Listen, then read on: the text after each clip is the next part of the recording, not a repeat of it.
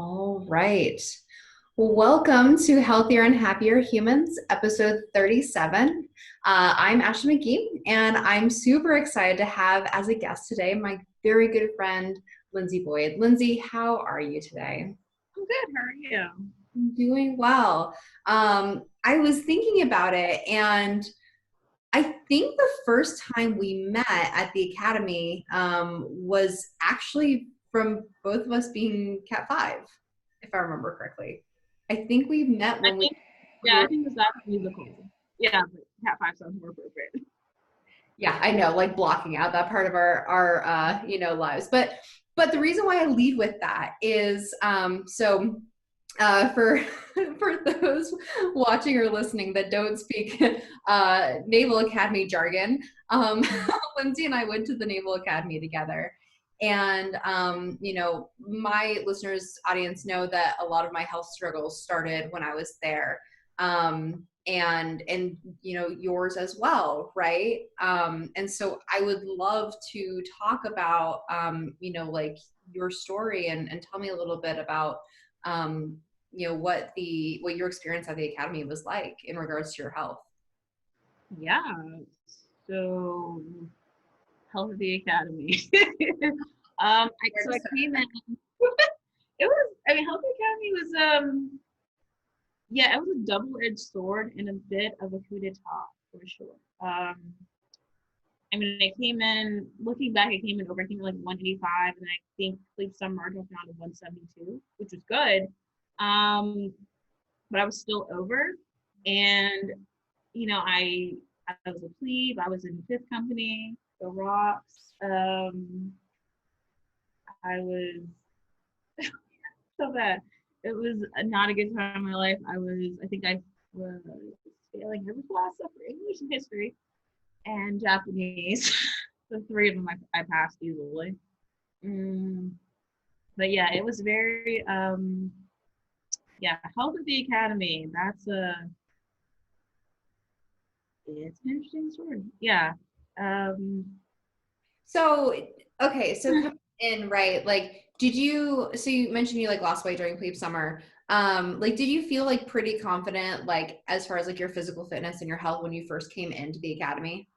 oh yeah, I went to NAPS that whole year, and I went through like our little like plebe summer, but not really. I forgot what it's called, like 3 weeks of plebe summer, and then from there I would go work out every day, and then on Saturdays I would just get up and run intervals on the track, Mhm. at the pool track every day until it got really cold because I was not used to Rhode Island weather. And Rhode Island cold is not the same as Washington cold or South Carolina cold. No, yeah. It's a whole different story. So when that happened, I got into the pool and I got into swimming to Mhm. still keep the cardio up. And the gym was getting renovated at the time because they decided to do that in the winter too. Of course, that makes perfect sense. Mhm. So when I came to the academy, my first PRT was I passed. And this is the unofficial number I passed. I didn't have the fastest running time. It was like 12:30 or something. And I did like 40 push-ups and like 90 setups. I was really good at setups. I was on with the abs at the time. I need to get that mindset back, but whatever. And I was fine. And my first, and that was just the initial PRT. That was like the IST. If you enlist, you take that when you go to boot camp. Same thing, kind of. And then over plebe summer, I realized I wasn't in like as great a shape as like a lot of people in my company. Looking back on it, we had a bunch of varsity athletes. I and yeah, I in my squad, I had a varsity sailor, a varsity recruited cross country runner, a guy who wanted to go SEALs and is now a Navy SEAL, um, and a nuke, Isn't and it a funny? Like I feel like I had a similar experience, right? Like you go to the Naval Academy, and like by the way, for people's context, PRT is physical readiness test. That's like our fitness test that we have to pass. Plebe summer is like the Naval Academy's version of boot camp. So it's that like initial summer right before you start your freshman year. A plebe is a freshman. I'm like trying to remember all the acronyms.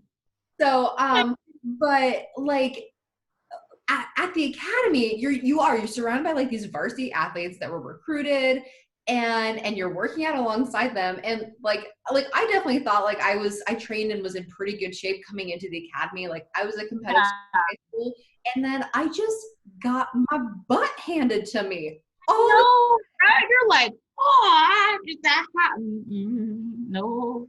Yeah. And like, it's not, it's like you're like, I got here, I gotta be good at something, and then you're just like, okay, I'm not good at anything. And then now, like looking back, like if you compare what we did and were capable of in college to like an average college student, it's like, nah, like yeah, no, I realized that when I got to the College of Charleston, like day one, or the College of Charleston, then I went to Citadel to apply to OCS. I realized it then, because the Citadel's like the Naval Academy, but not exactly. Like you have physical standards. Like if you don't pass your PST, physical standards test, which is the same thing, you can't walk at graduation, and you get a lot of things taken away from you at the end of your career there. But yeah, no, when I realized I could outrun some boys, I was like, okay, I got this. If I can do like an 11:34 and they're just huffing it at 13:30, oh, I got this today. So yeah, that's my normal school experience of running against people. Yeah, I was fine going to Citadel. They were like, yeah, you want to transfer? I'm like, yeah, let's sign some paperwork. But yeah, looking back, you were compared against the best of the best of the best. A pilot told me this. You know how we had those blue and gold speakers before you go to the academy at your little like state alumni association? This pilot said this, and I didn't understand him at the time. He's like, remember, you were going against the best of the best, the best, the best, the best.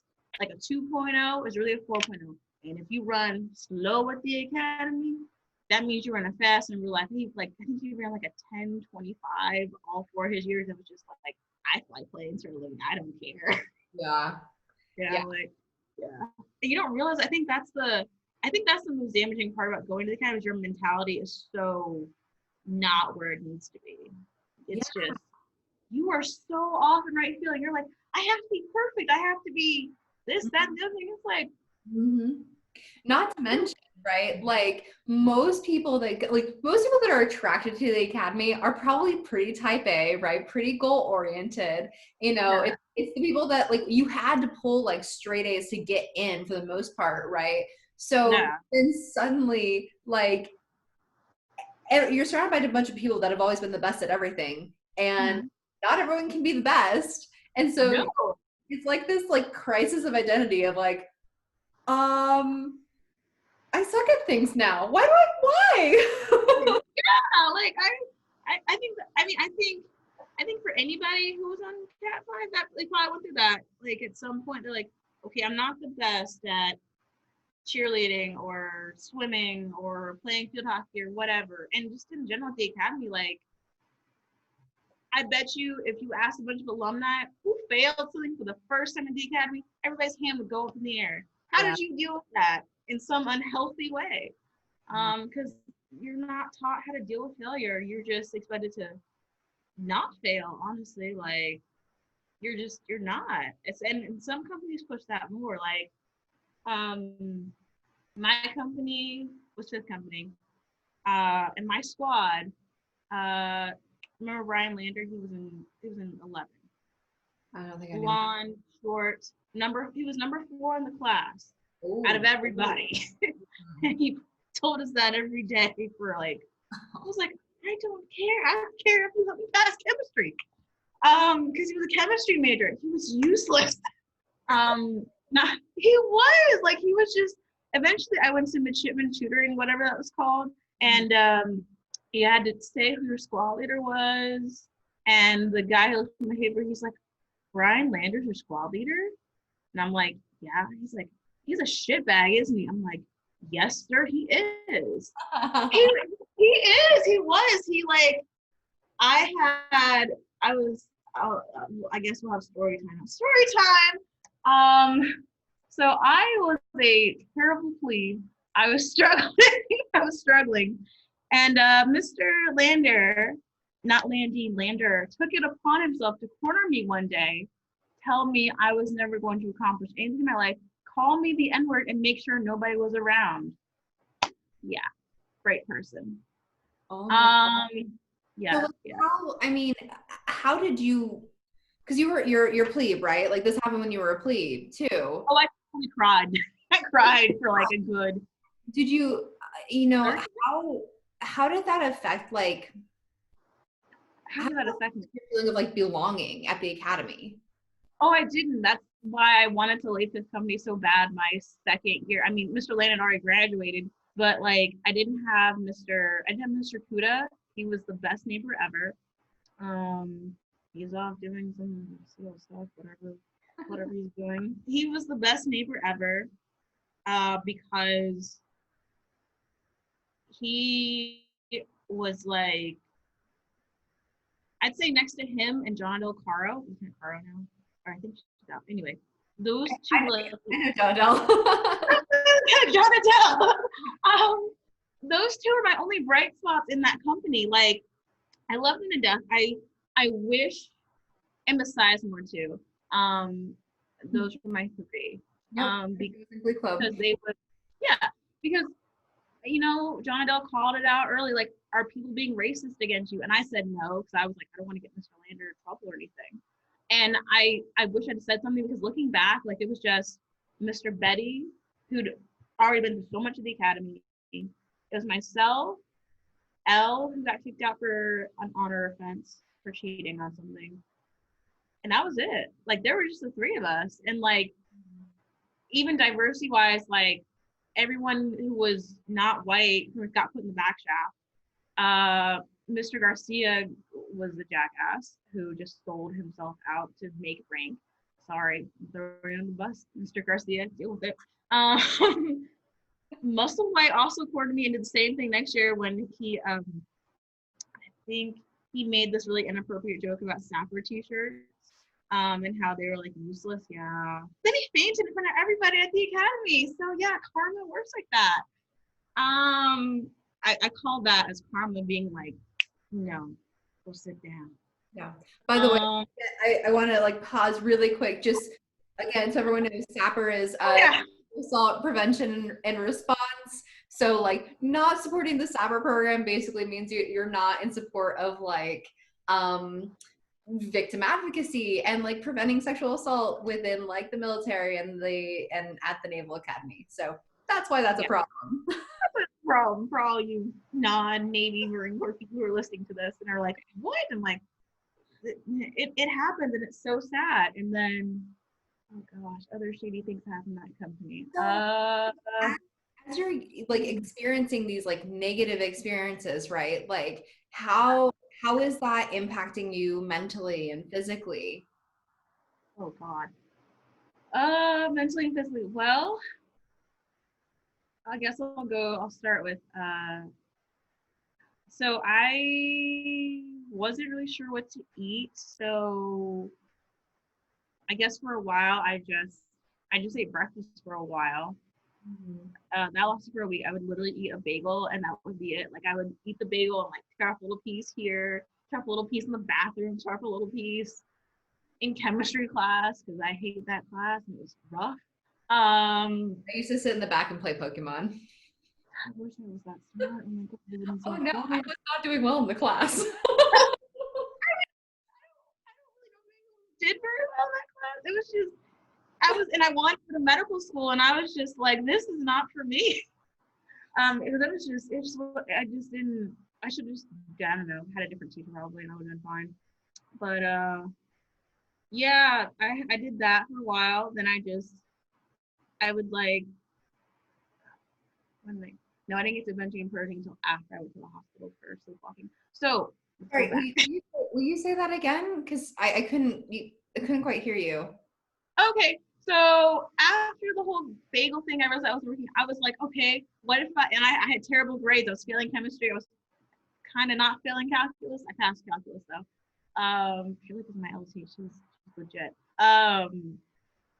I decided to drink energy drinks and eat chocolate. Complete brain, 19-year-old brain that makes no sense. So I think if I stay up longer, I can study more. And if I just live off of sugar, I'll have more energy to get through the day. So this lasted a week. So I literally for a week I didn't sleep. I lived off of Red Bull, sugar-free Rockstar because I thought that was a great idea. By the way, sugar-free Rockstar is no longer sold in stores because it is that dangerous. And just I think a Monster too. Anyway, so I'm studying. I take a quiz. I actually passed that quiz, which is bad.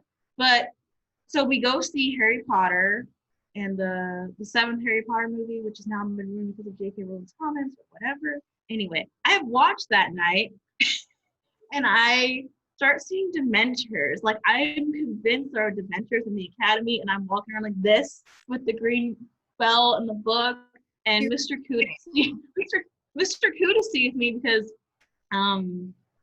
I don't know why he was up at midnight or 3 a.m. or whenever he was up. But anyway, he's like, Miss Boyd, why are you about to go into attack mode?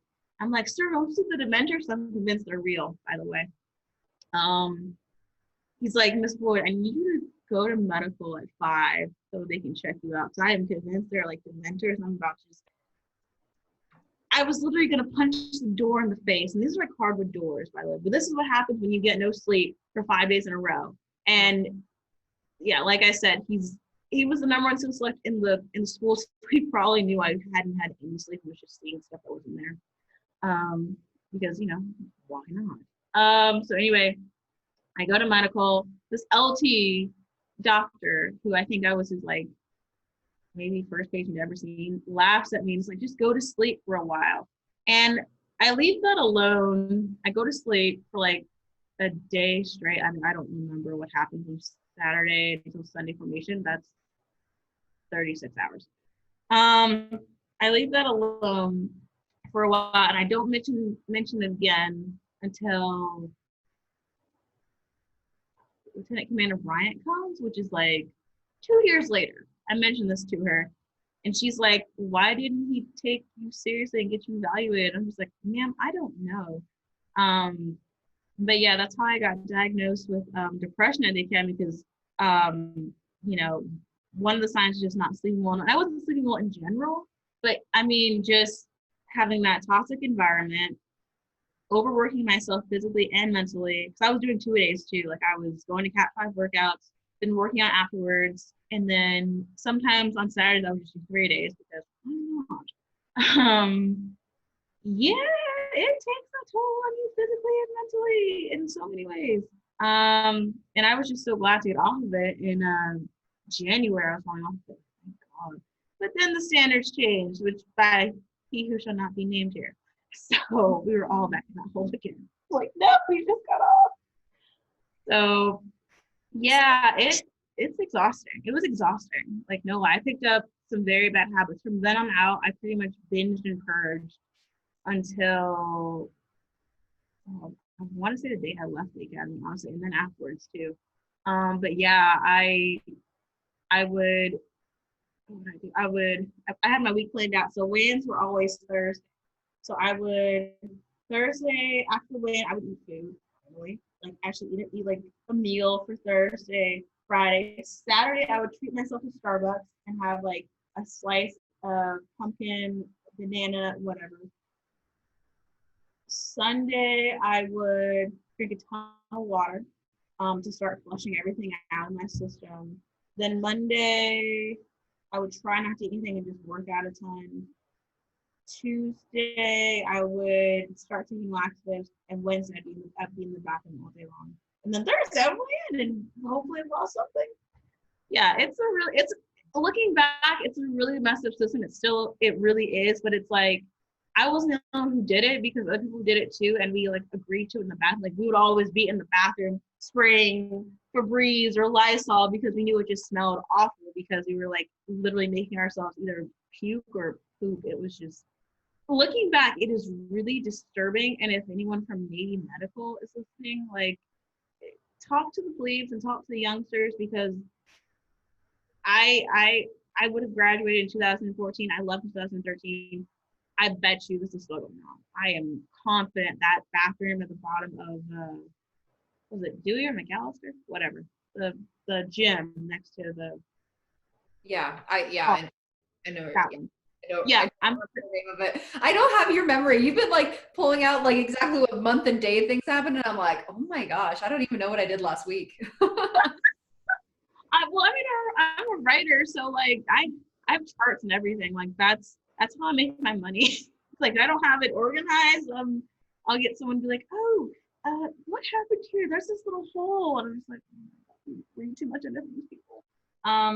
Okay, so I kind of want to like break down the timeline a little bit just to make sure that like you know, because obviously I know a lot of your story, but for listeners that are, you know, kind of new to meeting you and also just like the academy experience in general, right? So you went to NAPS, which is the Naval Prep School, so it's kind of a pre-Naval Academy.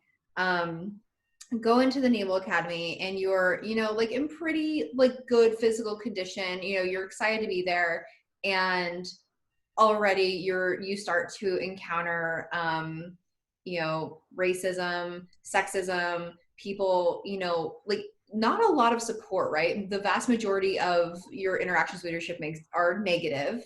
And like, oh, by the way, one of the biggest selling points of the Naval Academy is like, oh, these will be your friends for life, right? Yeah, no, like no. I think my friends for life are oh god, who do I still talk to? You. I was like, well, you're one. Probably Mariana Shat. Mm-hmm. I talked to in my academy. God, in the academy. I mean, some people still hold the whole honor fence thing against me. Some people still hold some sapper stuff against me, which I had nothing really to do with. But that's a whole another thing for another day. The academy, help me here. Oh, Riley Redinger, we are still good friends. Love you, Red. Other academy people who I can think of randomly, help me here. Well, I mean, this illustrates the point, right? Is that like like that's it. Yeah, it's hard because it's like, I mean, if you leave my best friend, like me, also left the academy early. She's a second class petty officer over in Guam. I'm very young. Love her. It's hard, and if you don't fit that perfect cube, you are screwed. Like, oh, Chris Moore. There we go, Chris Moore. He is important. He's very important. Oh, I'm gonna come back to that in a second. My brain just died a little. Yeah, if you don't fit that exact bubble, people will come after you real quick. Chris Moore, there we go. Chris. All right, Chris Moore, Lieutenant Chris Moore. Was not always Chris. What was his name before it changed? That proves I accept him as Chris, not his other name. Anyway, K. There, K. All right, there we go. Sorry, this was lucky matching. All right, Chris was K, and we both went to school when Don't Ask, Don't Tell was a big thing.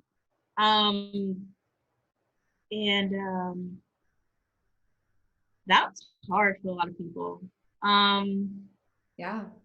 Yeah, and it's like when it got, I mean, I actually got pulled into, they took two mids, a male and a female from each class. I think I was a youngster, and they pulled us in with like the MCPON and like a bunch of like other like senior leadership and asked us about Don't Ask, Don't Tell. And I remember being like, it's going to get repealed. We should be proactive. And they were like, you don't know it's going to get repealed. I'm like, what are you gonna do? But yeah, it was a huge like knee-jerk reaction. And you're right, there was a lot of like weirdness at the academy during that time, because it was suddenly like, well, you know, if I can't assume you're straight, then now I'm like uncomfortable, which is like such a like BS way to think. And I didn't even, you know, didn't really plan on like talking about this today, but you know, it's June at the time of this recording. It's Pride Month. Yeah, so happy Pride Month. And yeah, it's that I forgot about that. That's a whole like another aspect of it too, where it was just there was a lot of like weird tension and suspicion, I feel, that was It like was, yeah, it was like a witch hunt. Like if you're gay or not. Um, Chris was gay at the time, and he transitioned when he graduated. But I remember when he was a she, let me get my pronouns right. There was a big controversy over her wanting to wear pants at graduation. That was a big deal. And then, oh, I forgot. Erica Sizemore. She didn't feel comfortable coming out of the closet when she got out of the Navy. That's how long it took her to be comfortable with the whole thing. And now she's married. She went to Stanford and has her master's in some fancy medical thing. But still, like, yeah. and like, I mean, even in my own little pocket of Beaufort, South Carolina, where I live, I'm right next door to Paris Island. And, you know, I had to have a conversation with one of my friends from the Citadel, which if you think about the Citadel, is it really surprising? No. But I had to, her name's Liz Ordway. We're gonna keep checks on, keep receipts. I had to explain to her why it was important for her to go to this briefing on same-sex privileges and medical rights. And she's like, oh, I don't want to go to that. I don't believe in gay marriage. I think that's a sin and blah, blah. I'm like, Liz, it doesn't matter what you think. Your job is to take care of your Marines, whether they are gay, straight, bi, trans, I don't care. Like, that is your job as their officer. It is to take care of them. Do your due diligence. If they need a piece of paper that says, I got 2 kids, give it to them. If they got a piece of saying, my wife is going to have this surgery, sign it. If you get a piece of saying, my spouse needs some extra money to move from Seattle to Paris Island, do it. Like, you have no right to hold their sexual orientation or gender against them because it doesn't match your conservative Christian moral and ethics. You took an oath, you raised your right hand, you took an oath to take care of them because they're going to do some things for you that you can never repay for them, whether it's in combat or non-combat situations. No, it's totally true. Yeah, so okay. I'm gonna like kind of streamline recap, right? So I'm like, wait, where were we? So so I think you know a lot going on. You were dealing with some trauma, developed an eating disorder, and as you kind of alluded to with the honor offense, you ended up leaving. But I would really love to kind of transition to talking about, you know, where you're at now, because I know that you have really transformed your health and the way you think about yourself and your body. And I would love for you to talk a little bit about that. Yeah, sure. So right now I am happy with myself for like the first time, like in forever. Totally Yeah. To celebrate that. That's amazing. Like, can I get a whoop whoop? You know? Yeah, no, I am. It took me a while to get there. So after I left the academy, I went home. Home wasn't great. I left home. I decided to apply for Marine Corps OCS, which is really, really hard, people. Really, really hard. I applied 3 times total. I had to go through 2 OSOs who had my support, who were officer selection officers, so like your officer if you're Marine Corps. And I had one, his name is Captain Young, he also went to the academy, who told me to never fucking call him again and that I would never make it as a Marine Corps officer. Academy grads, that you want to highlight. So after that, I decided to, I tried one more time with an OSO out in Missouri. I live in South Carolina, so Missouri is not next door. That didn't work out. The new OSO after my first OSO left to go to Quantico. Said the same thing he said, so I didn't apply again. I enlisted in the Navy. I got there. I was fine. The military records saw that I had taken Zoloft while I was at the academy, and that disqualified me. And they were like, "Why didn't they catch us at MEPS?" I'm like, "I don't know. Tell them MEPS to do their job better." So that kind of ended my career there. So I spent that next 2008, 2019 kind of asking myself, where do I go from here? Like, I don't have the military, because I've had the military to define me ever since I was a kid. I was an Army brat, I was a midshipman, I was a midshipman candidate, I was a OCS applicant, I was a Navy recruit. Without that, coming before my name, like, what was I? So I think that whole year I had to do work on myself. Like, I had to just figure out who I was as a person and actually, what I wanted to do. And it took a lot. I think everyone in the military needs to realize that one day you're going to get out of the military. They're either going to kick you out, or you're going to leave, or you're going to retire. One of those three. Who are you without the military? Because it's not always going to be, I was lieutenant this, I was colonel this, I was admiral this. That's great. But who are you as a person? And I realized that, I was more than what I was in the military, and I didn't need the military to make me happy. It's great for a lot of things, like traveling the world, health insurance, college tuition. However, it's a business at the end of the day. It can and will destroy you if you let it. So I decided to not let it destroy me, and to, go on a journey with myself, like get to know myself for real. Like, what do I really like? Do I really like getting for 5:30 for PT? The answer is no. If you look at my Instagram, I work out at night now. I'm much better off for that. It's true. I hate getting up early. All about finding, yeah, for sure. Yeah, I love to write books. Got 2 of them. I like to help people. I like to teach.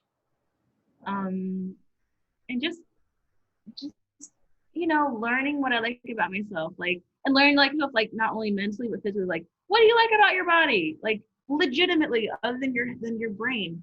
It's like, well, I like my hips because they do stick out, and that's like a third arm if you're carrying something upstairs or anywhere. I like the fact that I have really good calves. I like the fact that I have a defined waist, and I like being functionally fit. Like, I don't like wanting to look like a picture or something. It's like, I'd rather, because I was looking at being a firefighter for a good minute, and I tried out for the Bluffton Fire Department. Didn't quite make it, but that's okay. It taught me a lot, so I'm glad I did it. Taught me about being functionally fit, and like, liking myself for what I can do, not what I can't do. Like, maybe I probably could do it now. Drag a 160-pound dummy 100 feet in full bunker gear, but I can, or I can probably do that. I can't drag a fully charged hose. I cannot do that. That is so hard. But I can drag a buddy 160-pound dummy 100 yards. I can do an overhand maneuver with a hose. I can. You're able to, like, you have strength and endurance that you can use in like real world situations, right? And like that's, yeah, it's not just looking like a picture or looking like just, other things. And like, you realize that. I think you realize that as you grow up, you realize what you really want to be in shape for. Like, there are still who want to be, bikini models or whatever, and that's great as long as they know that that's what they want to do. That's fine. But if you're trying to do that to this, yeah, the biggest thing I've learned is that you have to make yourself happy. Like, no one else is gonna do that for you, because it's your life. Keyword yours. Keyword you. Like, you have to come with what you are doing. Like, anything could happen. You could get divorced. Parents could abandon you. People could leave you. are you still okay with you being you the way you are right now? If the answer is no, then change it. What would make you like yourself more? Yeah. Yeah. No, I think, I mean, something you just did was so powerful, right? Like you literally listed off things about your body that you love. And I think that's something that terrifies women, especially. Like, I mean, I know, like, I have some clients that I'm like, all right, like, say nice things to yourself while looking at yourself in the mirror. And it makes them extremely uncomfortable because we're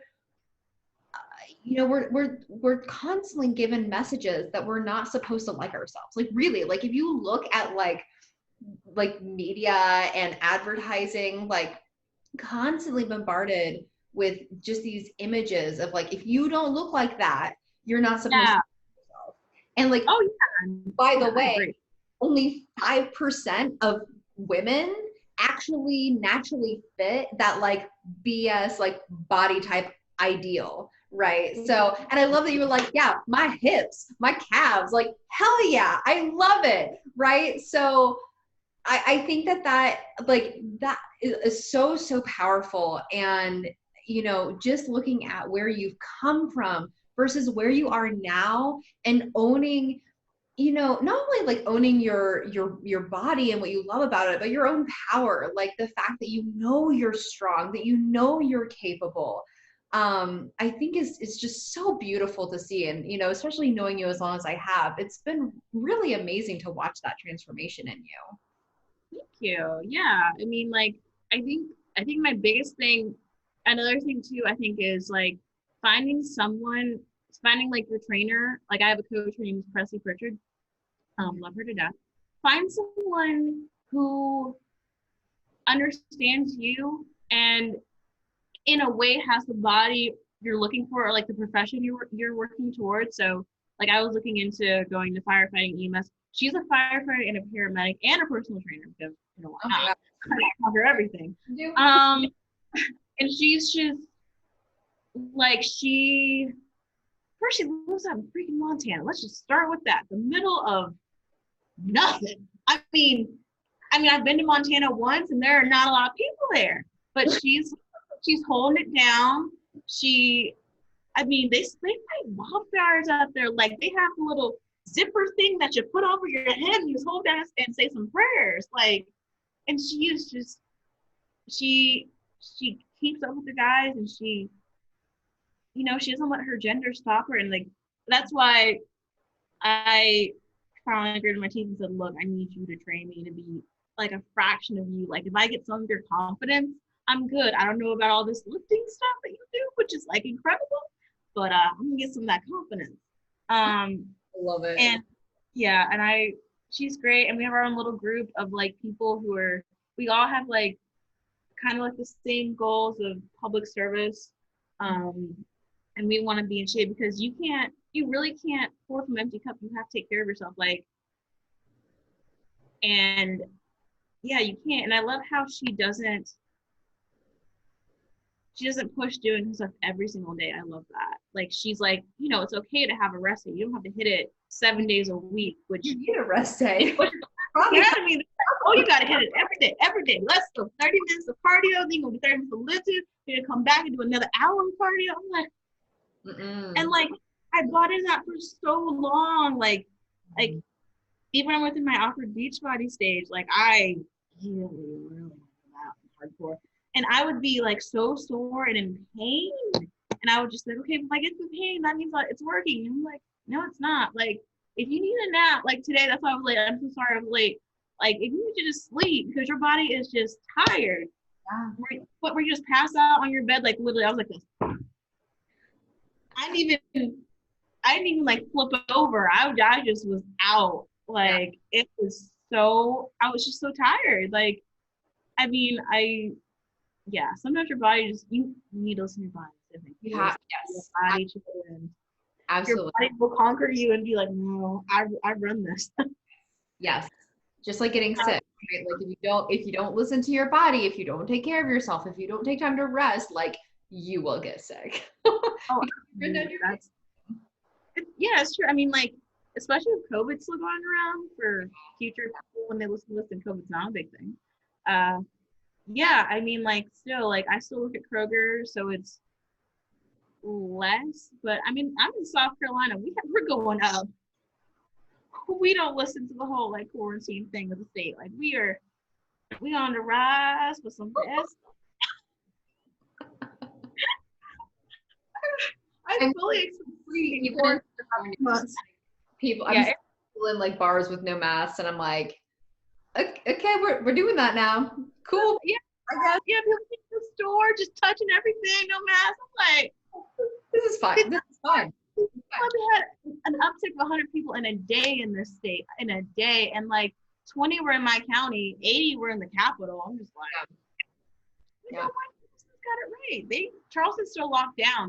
They're like, no, between that and the riots, they're just like, no, no, no. Yeah. It's a hot mess. It's a hot mess time. There's a lot right now for sure. Well, I do want, we're like, we're running out of time, so I can't talk anymore, apparently. That's why I usually keep my episode short, because then I can't talk. No, but what I would really love to hear, tell people a little bit about your books and where they can find them, where they can find you if they want to, learn more about your journey. I know you've been so open, vulnerable about your story and really the stuff that you went through at the academy, like on TikTok and on other social medias. So please, like, share a little bit about like your books and then where people can find you. Okay, cool. So my first book is called The Strongest Survivor. It's semi-autobiographical about the academy and all the stuff I went through. So racism, sexism, sexual assault, all that good jazz. It is available on Amazon in paperback and ebook. Pick up a copy, it's wonderful. It's already been a #1 bestseller for Amazon for the LGBTQ coming of age. Because I'll talk about that. That's awesome. Thank you. And my second book is called The Killing Queen. It's a dystopian sci-fi novel. The sequel should be coming out winter 2020, 2021. It's about the world if it came to an end due to mankind being bad and womankind stepping up to the plate and being like, all right, we're going to take care of this. And, there's always a bad apple in everything. Interesting. Yeah. So I'm on Amazon for those and Walmart for this one because it got picked up by more distributors. I am on Instagram under Lindsay Elizabeth 91. I'm on TikTok under Lindsay Elizabeth 91. And I'm on LinkedIn under Lindsay Boyd, which is my name. Awesome. Well, Lindsay, thank you so much for, being here and being open about, your experiences and your journey. I think this has a lot of value both in, almost as a warning for, young women looking to join the military, things to be aware of. So not to say like, don't join or don't go to an academy, but be aware of the dangers, right? Yeah, I'd say be aware. Like, I think it was John McCain, may he rest in peace, said he wouldn't send his own daughter to the academy. And you remember Jack, his son Jack? I don't think I ever met him. Okay, he was friends with one of the guys in my company. He was up in my company a lot. Mm-hmm. Super sweet guy. But yes, let me tell you about another short story time. Okay. All right. Jack McCain. His wife is I think she's a major in the Air Force now. Mm-hmm. His wife is Black. So on Twitter one day, I remember this because someone sent it to me. On Twitter one day, someone got on his wife's case about being Black in the Air Force. This guy is now invited to the cookout. He goes and is like, look, this is my wife. You ain't gonna do that to me. I'm gonna hurt you. I'm McCain. I can do that. You will not even know it happened. He was on this long rant where I'm just like, I liked you as a please, sir. I liked you then, but it's just like, I saw so much of the opposite at the academy, and I wish I had just seen that, like 1 floor below. Yeah. Because he was in 4th, I was in 5th. It's 1 floor downstairs, and it's just completely different from what I experienced being called the N-word on a regular basis, which is not okay for all of you listening. And you're like, oh, that happened again? Yeah, it did. And you know it did. I mean, we had that alumni from the Jacksonville chapter who, Yeah. he's kicked out. But yeah, I mean, I think it's a matter of the good ones standing up and saying, no, I'm not going to tolerate this. To, I guess, in this full circle with the racism thing, like people being willing to just stand up and say no. Like I think I know it's where Black Lives Matter movement is coming from. Like we just want people to see us as people. Like I shouldn't have been called the Invisible Plague. John Adele shouldn't have been pushed out because she's Filipino. Um, Mr. Brown shouldn't have been bullied like he was back in the 1940s. Like that, like Wes Brown. Yeah. I should know his name. It's Brown. I know it's Mr. Brown. And yeah, I mean, it's just it's crazy. But I think now we're being held accountable on what we should and what we shouldn't say. I'm trying to find a tweet from here it is. It's just it's a new day, it's a new dawn, it's a new Navy, and people better get used to it because diversity makes us better. Like we can see things differently, and then I think it makes us better. It makes us so much better. Yeah. Yeah, because otherwise we wouldn't be having this conversation. And yeah. No, I agree. I mean, I think, you know, it's very clear that our military's greatest asset are our people, and that's all of our people. You know, so, and what you experience at the academy is completely unacceptable. And, you know, I truly, truly hope that the change that we're seeing right now continues, so you don't have another generation of, you know, men, women, and, you know, however else you identify, right? Like going to the academy and having those experiences, because we make each other better and stronger when we accept and uplift each other. Yeah, definitely. I mean, it's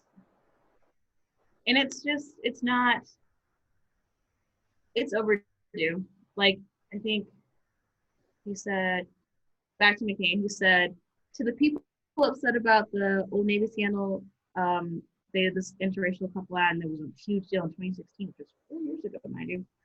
Scandal of a mixed race marriage, eat it. John McCain. And like, yeah, you shouldn't be having this whole like lookout thing. I mean, suffocation is not a good way to go. Neither is being gunned down running.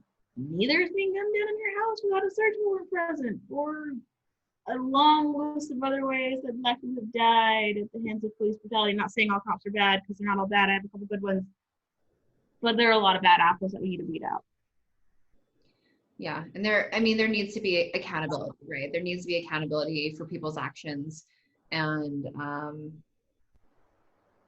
so we can become, you know, stronger and better and kinder, and, you know, like, and more united and more empathetic. And you know, like it's time to treat every individual person like a fucking person. Yeah. Sorry, I'm like, no, go, no, girl, feel it, girl, feel it. Get you in the Black Church next week. This is perfectly normal. We'll bring it down to St. John's, and we'll get you a a lot of things. We'll get your starter kit. But yeah, I mean, we've been asking for this for years. Like, another story time. I know this is super long. I'm sorry. So when after I left the academy, I took a job at this place called King Street Grill. It's no longer there. On King Street in Charleston, South Carolina. And then a couple of years ago, when the shooting happened, the Mail 9 happened, I was literally on my way home, like walking back from the restaurant, and I see like 30 cars just shooting down the road. And I'm like, what's going on? What's going on? So I make it home. My manager, who will never call you for anything, calls and texts me like, are you okay? Are you all okay?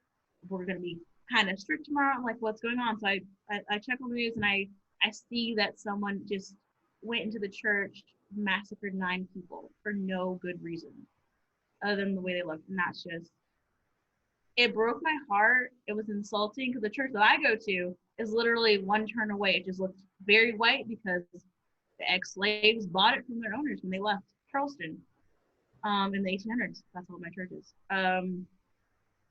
But after that, I'm getting to the good part. After that, I have never seen Charleston be so together except for pictures of Hugo.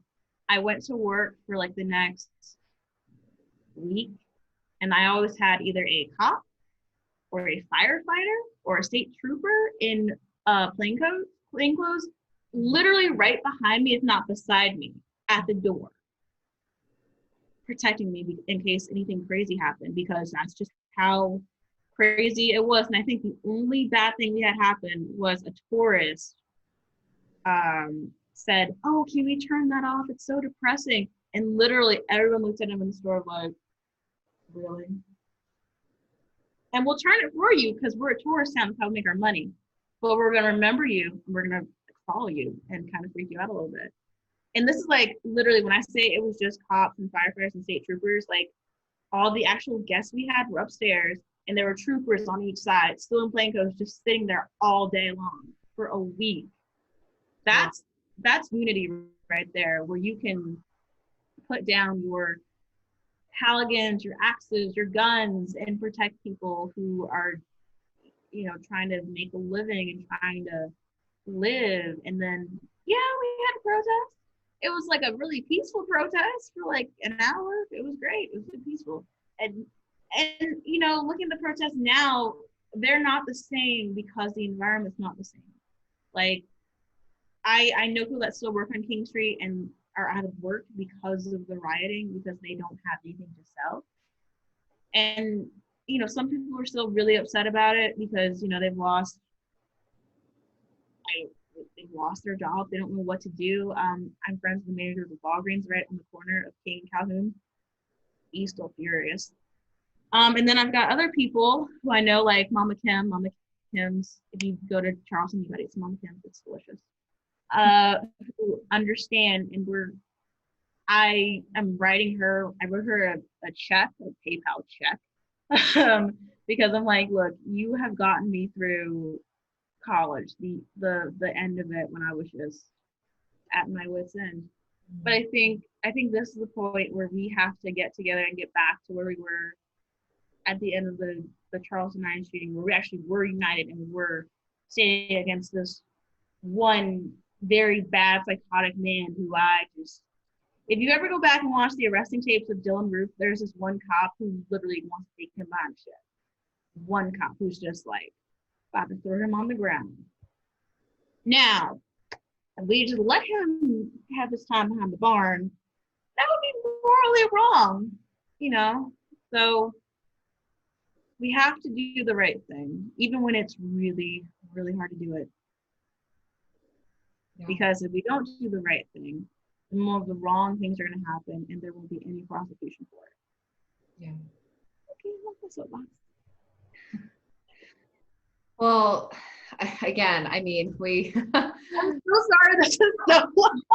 No, I want to thank you. I want to thank you for, again, showing up authentically, being open to having this conversation, and like it's I feel so just grateful that, you know, I'm a trusted human to have this conversation with, right? Like, Yeah. um, I, I really appreciate the open dialogue.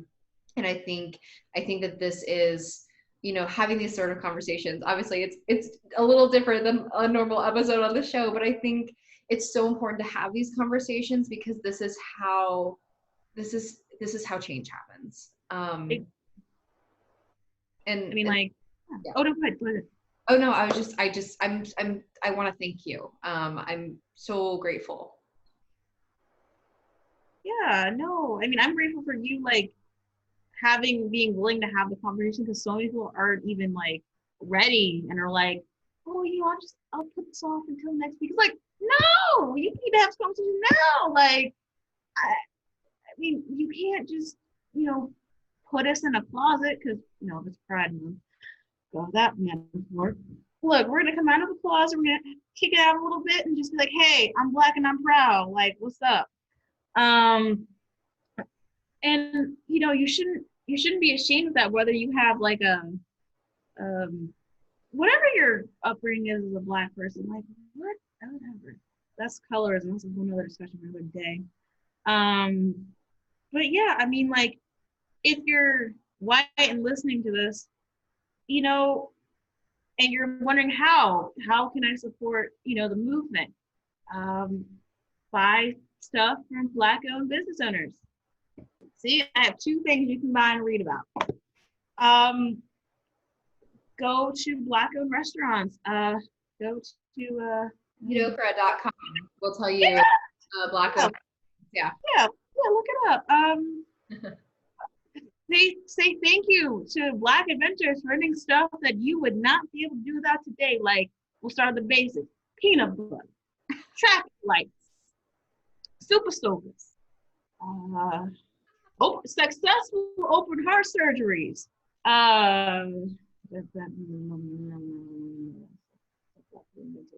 The actual light bulb current that works. We're gonna take that back from you, whatever his name is, I forgot. What else have we invented? We invented so many things with Black people, and like people don't know, like laptops. Let's keep going. Laptops. We got ourselves just other things, and just yeah. I mean, like, just yeah, just look at us more as like people, not just your token Black friend. Yes. Yeah. I think that's, yeah. I mean, you're a person. Like, it's We exist. We exist. I think that's like honestly the most like baffling part of it for me is like, why aren't we treating people like people? So Yeah, that's a big maybe one. that's the place to start, right? Like go out and like treat people like people, like come at this from a place of love and acceptance, and let's make some good change together. Yeah. Yeah. I mean, like, we should really be beyond this first thing. Like the first, oh God, who was it? Oh, first head of a branch today. Oh There. oh my gosh, four-star general. Yeah. First, oh my gosh, yeah, I just saw the article too, but first military branch. Yeah. I Yeah, mean, Air Force. it's 2020. Like, I mean, I mean, granted, we just had our first Black Super Bowl winner, Tony Dungy, a couple years ago. So Yeah. yeah, like, you know. Well, Lindsay, I I've so thoroughly enjoyed this conversation again. Thank you so much, And again, like, just, I hope people check out your books, find you on social media, because you're doing some great stuff, and looking forward to seeing more great things from you. Thank you. And thank you for having me. Thank you for like feeling willing to like do this. Like, if I could say anything, like, like talk to other Black men, it's like George, favorite one. George, last name George, help me here. George, for sure. Hold on. George. He was in My company? wasn't he your company? Are you talking about George Bowman? George Lecter Bowman. Yeah. Yeah, George. Yeah. Yeah, talk to him. I mean, I'm sure his experiences are really similar to mine. Like, he's right next door in Georgia. I'm in South Carolina, so you know, growing up in the South is not fun if you're Black sometimes. But yeah, I mean, looking at a Black man's point of view living in the United States right now, whoa, Yeah. whoa, that's an experience. I mean, being a Black woman, like, that's an experience. Like, if we had more time, I would tell you about all my horrific dating stories of being, oh, you're my experiment girl. I'm like, what experiment girl? I'm throw this at you and I'm gonna leave because I ain't got time for that. Like, no, like, and that happens a lot. That happens so much. Like Feminism. yeah, like statistically, Black women have the hardest time on dating. Still single, by the way, who's listening to this. Let it be known. I for myself, be like, hey, like, I got my master's, got my bachelor's degree, I'm post-author, I'm applying to law school, I can cook really well. Just You got it going on, girl. You do. I got yeah. But yeah, I mean, like, that's a whole nother episode of like dating trials and tribulations for anybody in 2010. On top of Corona dating, which is another topic. We have so many topics. So many topics. You're obviously going to have to come back. So, well, thank you again so much for being here. And I will talk to you again soon. Yeah, definitely. And for everyone that's listening or watching, depending on where you find this episode, go out and keep on living your healthiest and most abundant life.